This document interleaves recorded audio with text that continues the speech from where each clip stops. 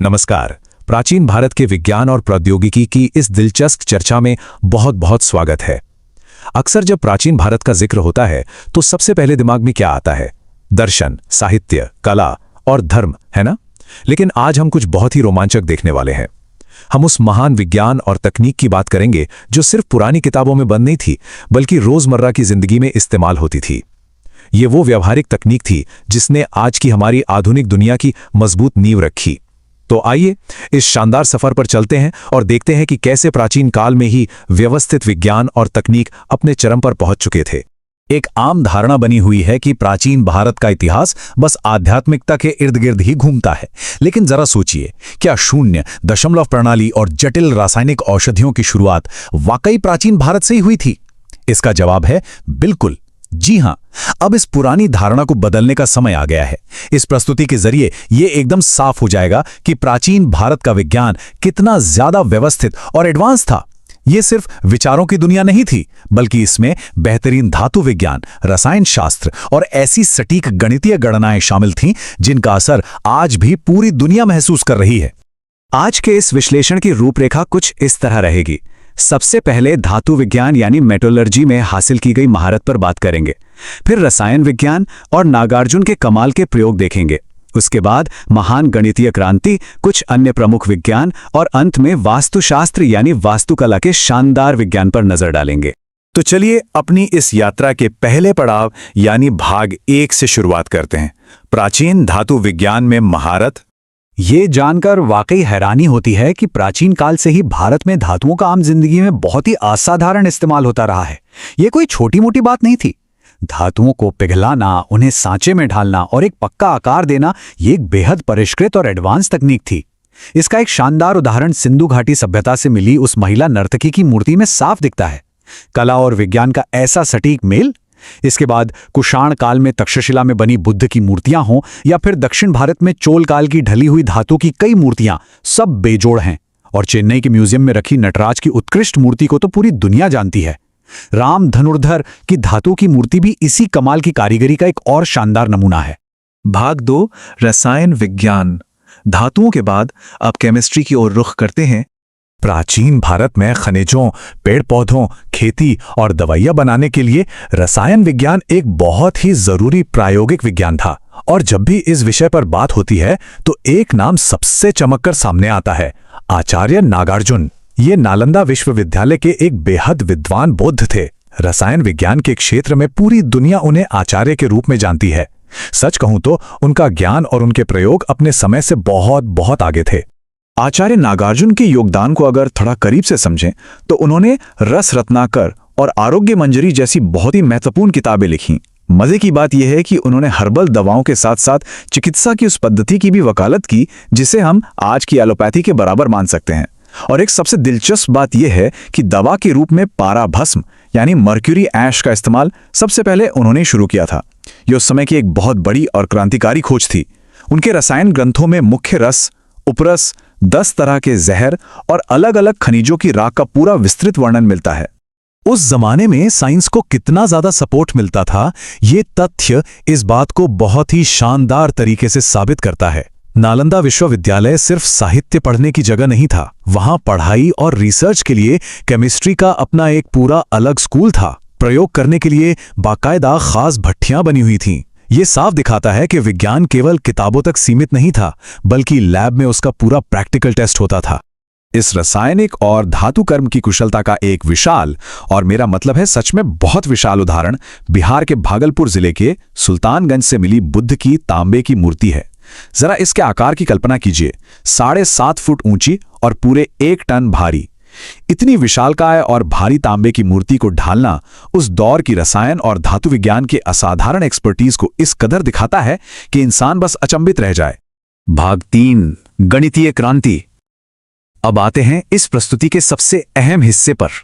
Chemistry से आगे बढ़ते हुए अब उस क्षेत्र में कदम रखते हैं जिसने आज की पूरी दुनिया के काम करने का तरीका ही बदल दिया, गणित। प्राचीन भारत में कई ऐसी युग बदलने वाली खोजें हुई और इसमें एक नाम सबसे चमकता हुआ सितारा है, आर्यभट्ट, जिन्हें गणित का जनक भी कहा जाता है। भारत ने दुनिया को जो सबसे बड़ा तोहफा दिया है वो है शून्य यानी जीरो की खोज, और इसका पूरा श्रेय आर्यभट्ट को ही जाता है। उन्होंने आर्यभट्टियम और दशगीतिका जैसी महान किताबें लिखी, जिन्होंने गणित और खगोल विज्ञान के बिल्कुल बेसिक सिद्धांतों को जन्म दिया। आर्यभट्ट ने अपनी किताब आर्यभट्टियम में एक और कमाल की चीज बताई। उन्होंने प्रतिपादित किया कि पाई यानी पाई का मान 22/7 यानी लगभग 3.14 होता है। उन्होंने दुनिया को समझाया कि ये एक स्थिरांक यानी कांस्टेंट है, जो किसी भी वृत्त की परिधि और उसके व्यास के अनुपात को दर्शाता है। आज की हमारी मॉडर्न ज्योमेट्री और अंतरिक्ष विज्ञान की बड़ी बड़ी जटिल गणनाएं पूरी तरह से इसी एक सिद्धांत पर तो टिकी हैं।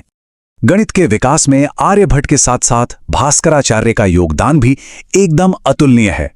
इन दोनों की तुलना करें तो जहां आर्यभट्ट ने शून्य की खोज की और गुणा, भाग, वर्गमूल निकालने की अष्टांग पद्धति शुरू की, वहीं 1150 ईस्वी में भास्कराचार्य ने लीलावती गणित और बीजगणित जैसे कमाल की किताबें लिखीं। सबसे बड़ी बात, भास्कराचार्य ने ही जोड़ और घटाव के चिन्हों की खोज की थी। जरा सोचिए, इन प्लस और माइनस के निशानों के बिना आज दुनिया के किसी भी कोने में गणित की कल्पना भी की जा सकती है क्या? बिल्कुल नहीं। खैर, इनके अलावा भी कई महान विद्वान हुए हैं जिनका जिक्र करना जरूरी है। ऋषि गृत्समद ने अंकों के बाद शून्य लगाकर संख्याएं बनाने की प्रक्रिया खोजी। प्राचीन गणितज्ञों ने तो एक के बाद 53 शून्य लगाकर बनने वाली बड़ी संख्याओं के नाम तक तय कर दिए थे। ब्रह्मगुप्त ने अलग अलग तरह के समीकरण यानी इक्वेशंस पेश किए। बोधायन ने प्रमेय यानी त्रिभुज नीति खोज निकाली और 1800 ईसा पूर्व में लिखे गए शुल्ब सूत्र में आपस्तंभ ने वैदिक यज्ञों की वेदियों को नापने के सिद्धांत तय कर दिए थे। हड़प्पा और मोहनजोदाड़ो के अवशेषों में भी दशमलव प्रणाली और मापने के उपकरणों के पक्के सबूत मिले हैं। कमाल है ना? भाग 4, अन्य विज्ञान। चलिए अब गणित की गहराइयों से निकलकर कुछ और विषयों की तरफ चलते हैं। प्राचीन काल में सिर्फ गणित या रसायन ही नहीं, बल्कि चिकित्सा से लेकर काल गणना तक लगभग हर विषय पर गहराई से लिखा गया था।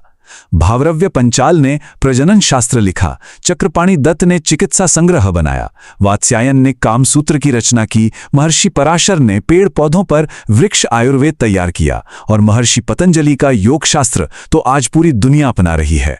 महर्षि भारद्वाज ने यंत्र सर्वस्व और शकमुनि ने समय मापने पर काल गणना लिखी। किताबों की ये लिस्ट खुद बताती है कि उस दौर का विज्ञान कितना ज्यादा डायनेमिक और हर फील्ड को कवर करने वाला था। तो अब बात करते हैं भाग 5 की, वास्तुकला और वास्तुशास्त्र। घर, इमारतें और शहर बनाने से जुड़ा एक बहुत ही प्रैक्टिकल विज्ञान है वास्तुशास्त्र। इसमें भारत का योगदान बेहद खास रहा है। पुरानी मान्यताओं के अनुसार विश्वकर्मा को देवताओं का सबसे पहला वास्तुकार यानी आर्किटेक्ट माना जाता है और यह बहुत ही व्यवस्थित विज्ञान था। विश्वकर्मा ने ही इस वास्तुशास्त्र को पढ़ने और काम में लाने के लिए 8 अलग अलग हिस्सों में बांट दिया था। लोग अक्सर सोचते हैं कि वास्तुशास्त्र सिर्फ दिशाओं का खेल है, पर ऐसा नहीं है। इसमें घर बनाने के लिए सही जगह का चुनाव, उसका आकार, उसका स्ट्रक्चर और चीजों की सही प्लानिंग, ये सब शामिल था। इसमें साफ साफ गाइडलाइंस थी कि मंदिर कहाँ होना चाहिए, ब्रह्मस्थान यानी घर का बीच का हिस्सा कैसा हो, डाइनिंग रूम और बेडरूम कहाँ बनने चाहिए। मतलब ये रहने की जगहों को डिजाइन करने का एक पूरा लॉजिकल और साइंटिफिक तरीका था। समय के साथ इस विज्ञान में भी काफी बदलाव और विकास हुआ। 15वीं शताब्दी आते आते वास्तुशास्त्र के सिद्धांतों और इसे समझने के तरीकों में कई जरूरी परिवर्तन हुए और आज नतीजा ये है कि ये प्राचीन भारतीय विज्ञान इतना प्रासंगिक हो गया है कि इसे पूरी दुनिया में, यहां तक कि विदेशियों द्वारा भी बहुत शौक और गर्व के साथ अपनाया जा रहा है। अब हम इस विश्लेषण के अंतिम पड़ाव पर पहुंच चुके हैं। निष्कर्ष, विज्ञान और संस्कृति। इस पूरी चर्चा को समेटते हुए यह समझना बहुत जरूरी है कि प्राचीन भारत का ये बेजोड़ वैज्ञानिक ज्ञान कभी भी वहां के समाज या संस्कृति से अलग थलग नहीं था। ज्ञान और संस्कृति हमेशा एक साथ कदम मिलाकर चले। जैसा कि एक बहुत ही मशहूर विचार है, भारतीय संस्कृति बहुत विशाल और विविधतापूर्ण है। यह विज्ञान और धर्म, पारंपरिक आदर्शों और व्यावहारिक ज्ञान का शानदार मिश्रण है। सच में दुनिया के बाकी हिस्सों में ऐसा शायद ही कभी देखने को मिले जहां साइंटिफिक सोच को धार्मिक और सांस्कृतिक बातों के साथ इतनी खूबसूरती और सहजता से पिरोया गया हो।